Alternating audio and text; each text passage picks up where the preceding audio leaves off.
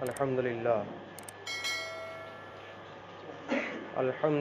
ذی الجلالہ والصلاة والسلام علی صاحب الرسالہ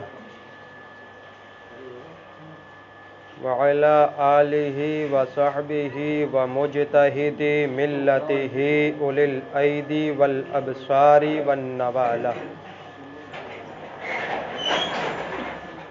اما بعد فاعوذ باللہ من الشیطان الرجیم بسم اللہ الرحمن الرحیم. محمد رسول اللہ والذین معہ اشداء علی الکفار رحماء بینہم. آمنت باللہ صدق اللہ المولانا العظیم وبلغنا رسوله النبی الامین المکین المبین المعین الکریم ونحن على ذلك لمن الشاہدین والشاکرین والآمنین والحمد للہ رب العالمین. آئیے انتہائی عقیدت و محبت کے ساتھ نبی اکرم صلی اللہ تعالی علیہ وسلم کے دربار گوہر بار میں جھوم کر درود پاک پڑھیں. اللہم صلی علی سیدنا شفیعنا نبینا حبیبنا مولانا محمد معدن الجود والکرم منبع العلم والحلم والحکم وعلی آلہ الکرام وابنہ الکریم وامتہ الکریمہ. اعلیٰ حضرت سرکار ارشاد فرماتے ہیں دشمن احمد پہ شدت کیجئے، دشمن احمد پہ شدت کیجئے، ملحدوں کی کیا مروت کیجئے. غیظ میں جل جائیں بے دینوں کے دل، یا رسول اللہ کی کثرت کیجئے. اور شرک ٹھہرے جس میں تعظیم حبیب، اس برے مذہب پر لعنت کیجئے. عزیزان ملت گرامی، اللہ تبارک و تعالی قرآن مجید کے اندر ارشاد فرماتا ہے محمد رسول اللہ والذین معہ اشداء علی الکفار رحماء بینہم. اس کا سیدھا سادہ ترجمہ اور مفہوم یہ ہے کہ محمد صلی اللہ تعالی علیہ وسلم اللہ کے رسول ہیں. اشداء علی الکفار والذین معہ اشداء علی الکفار، اور ان کے جو ساتھی ہیں یعنی کہ ان کے صحابہ اشداء علی الکفار کافروں پر سخت ہیں، رحماء بینہم اور آپس میں بالکل نرم ہیں. صاحب خزائن العرفان تفسیر کنز الایمان میں نقل فرماتے ہیں کہ اللہ کے نبی صلی اللہ تعالی علیہ وسلم کے صحابہ کافروں پر اس قدر سخت تھے کہ وہ ہرگز یہ جو ہے برداشت بھی نہیں کرتے تھے کہ کافروں کا بدن ہم میں سے کسی سے ٹچ ہو سکے. یہاں تک کہ وہ احتیاط اس طرح رکھتے تھے کہ ہمارا کپڑا کسی کافر کے کپڑے سے ٹچ نہ ہو جائے. اور آپس میں نرم دلی اس طرح محبت جیسے کوئی باپ اپنے بیٹے سے محبت کیا کرتا ہے. آپس میں نرم دلی یہ صرف صاحب ایمان آپس سے مراد ہے. بظاہر کوئی داڑھی ٹوپی کرتا والا صاحب ایمان نہیں ہے. ہر داڑھی ٹوپی کرتا والا صاحب ایمان ہرگز نہیں. کافروں پر سختی اللہ کے نبی صلی اللہ تعالی علیہ وسلم کے صحابہ اس طرح کرتے کہ اپنے کپڑے سے کسی کافر کا کپڑا بھی ٹچ نہیں ہونے دیا کرتے. اسی لیے اعلیٰ حضرت سرکار نے ارشاد فرمایا دشمن احمد پہ شدت کیجئے، سختی کیجئے، ملحدوں سے کیا مروت کیجئے، ان باغیان مصطفیٰ سے کوئی مروت مت کیجئے. مت دیکھیے کہ یہ میرا بھائی ہے، مت دیکھیے کہ یہ میرا چچا ہے، مت دیکھیے کہ یہ میرا رشتہ دار ہے. ان سے کوئی مروت کرنے کی گنجائش شریعت میں نہیں رکھی گئی ہے. یہی ہے قرآن کا اصلی پیغام اشداء علی الکفار کا. کوئی نرمی نہیں. یہ ایمان کا ایک تقاضا ہے.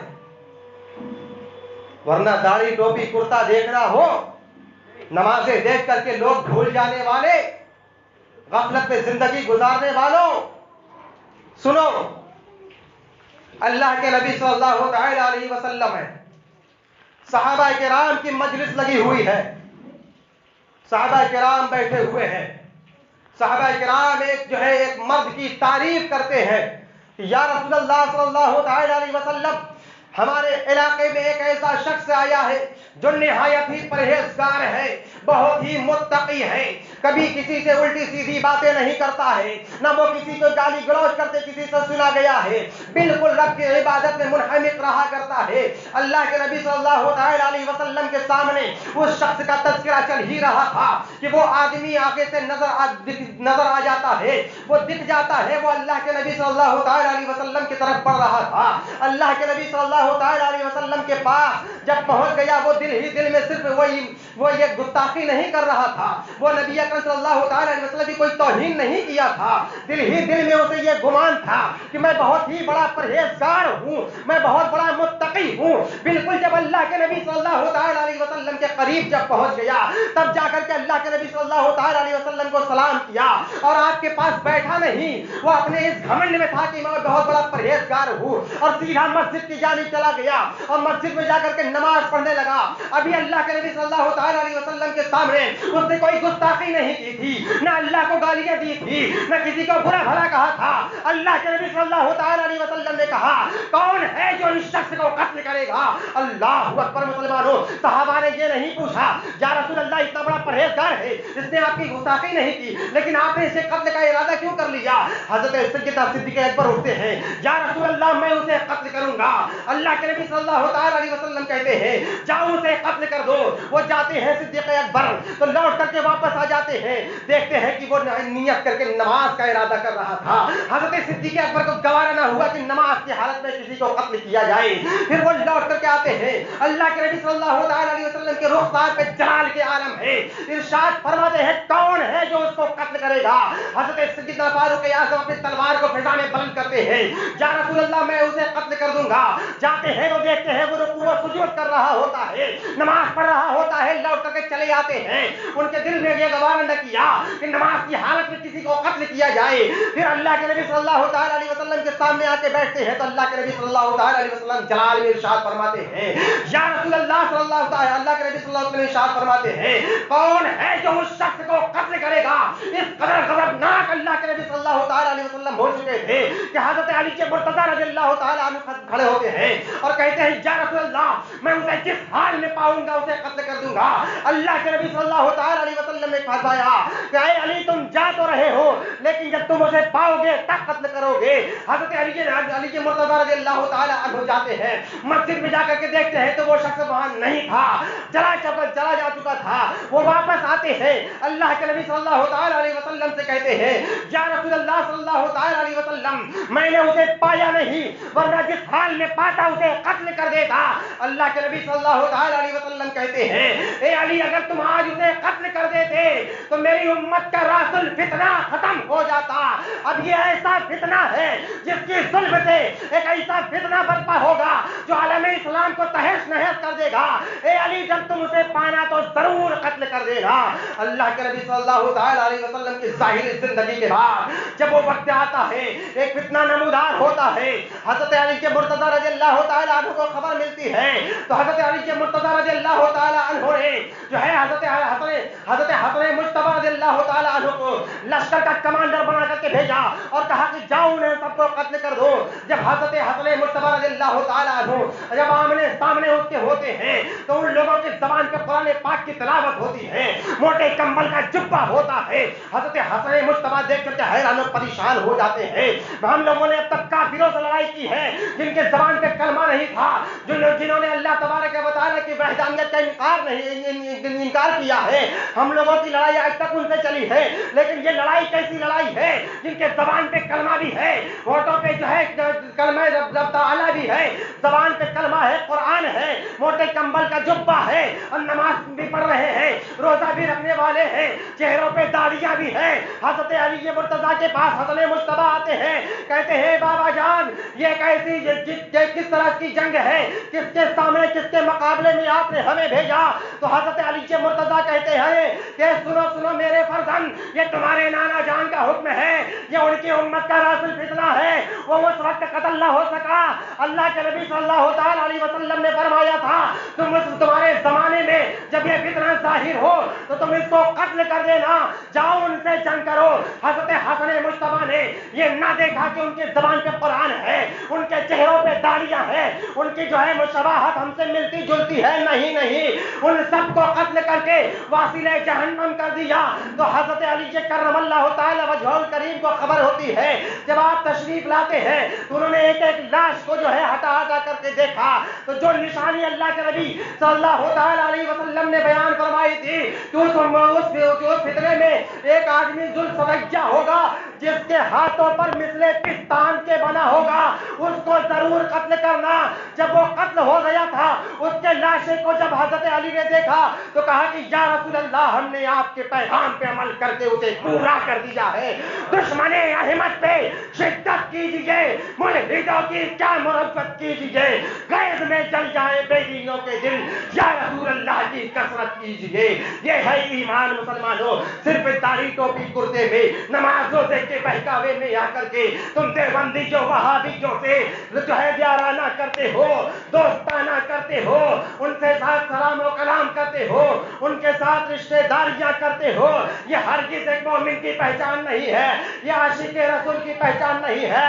جب ہم اس کو جو ہے بولتے ہیں تو لوگ کہتے ہیں کہ یہ مولوی کا جھگڑا ہے, یہ مولویوں کا جھگڑا نہیں ہے, یہ عاشق اور غدار کا جھگڑا ہے. رفیقان ملت گرامی, صرف لوگ کہہ دیا کرتے ہیں نماز تو وہ بھی پڑھتے ہیں, روزہ تو وہ بھی رکھتے ہیں. ارے میں کہتا ہوں سنو سنو, نماز روزے سے صرف مسلمان ہونا جنت کا حقدار ہو جانا کافی ہوتا. تو ابلیس سے بڑا جن جو ہے عبادت گزار کون تھا, اس سے زیادہ پرہیزگار کون تھا, اس سے بڑا عالم کون تھا؟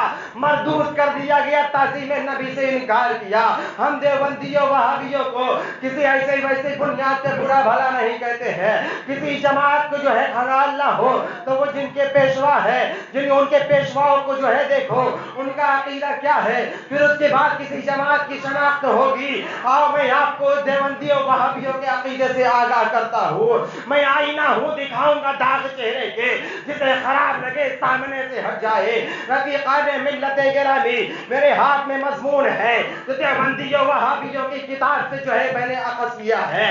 عزیزان ملت اسلامیہ, ان کے ایک بہت بڑے پیشوا کا نام ہے اسماعیل دہلوی. اس نے اپنی کتاب تقویت الایمان کے اندر لکھا, کیا لکھا؟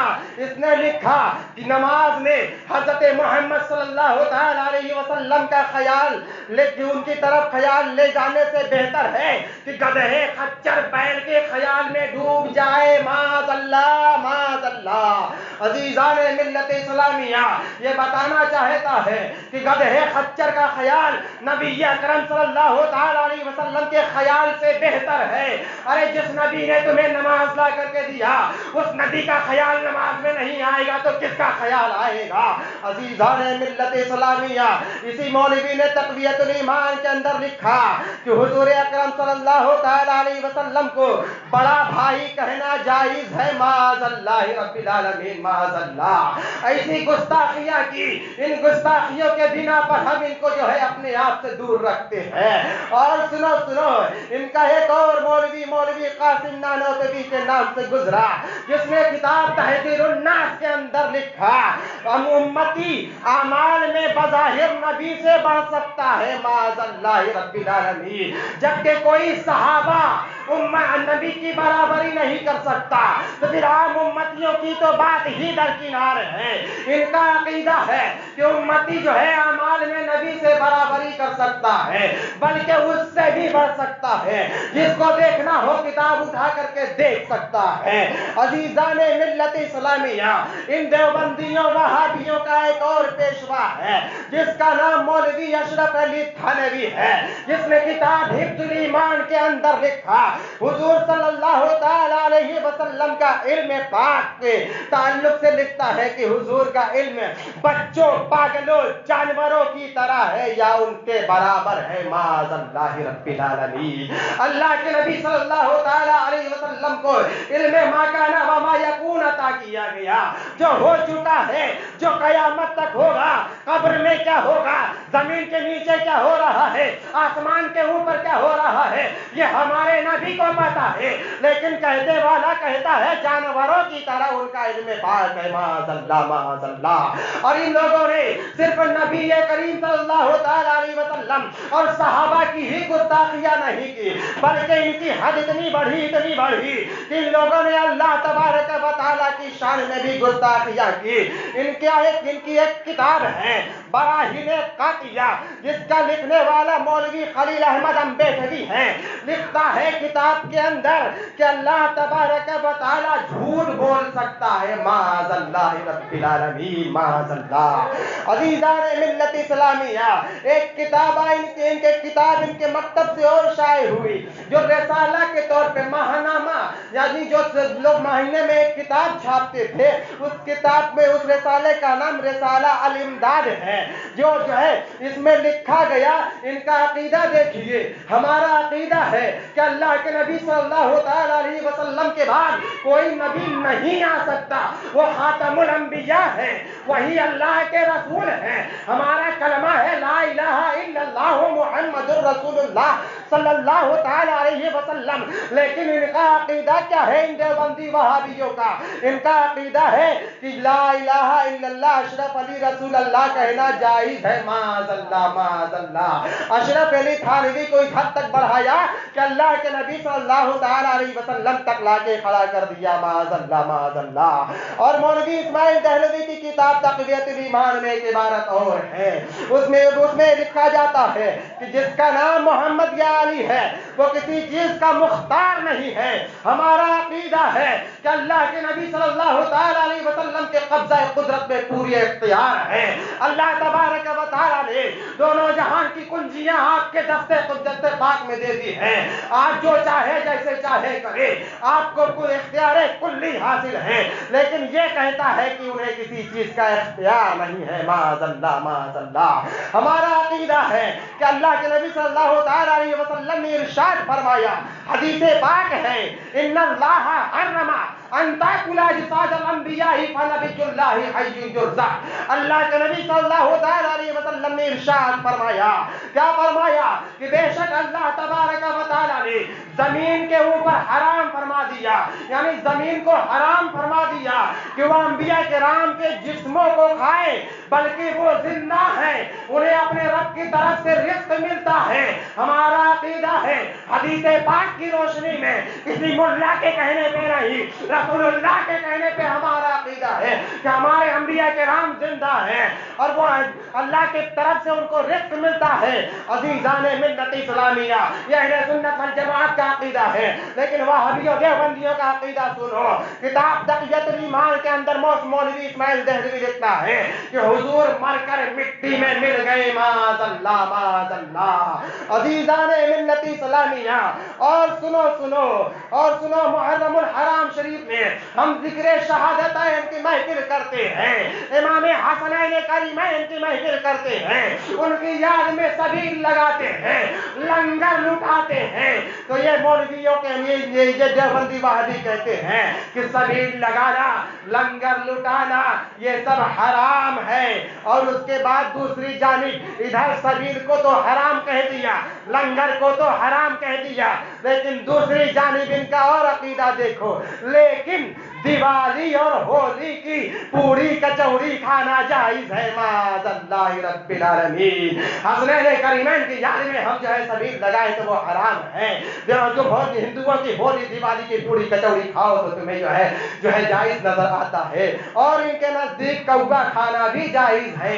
فتاوی رشیدیہ میں رشید احمد گنگوہی نے لکھا، ان کے اس طرح کے بے شمار عقائد ایسے ہیں جو بالکل اہل سنت والجماعت اور صاحب ایمان کے خلاف ہے، ہے قرآن و حدیث کی روشنی میں غلط ہے، جن کی بنیاد پر ہم ان کے جو اعلان کرتے ہیں کہ تجھ سے اور جنت سے کیا مطلب، وہاں بھی دور ہو، ہم رسول اللہ کے، جنت رسول اللہ کی اور عزیزان ملت اسلامیہ، اس کے باوجود ان سے یارانہ کرنے کو کہتے ہو، ان سے دوستانہ کرنے کو کہتے ہو. کیا ہے وہ بھی تو نماز پڑھتا ہے، کیا ہے وہ بھی تو روزہ رکھتا ہے، کیا ہے وہ بھی تو زکوٰۃ دیتا ہے.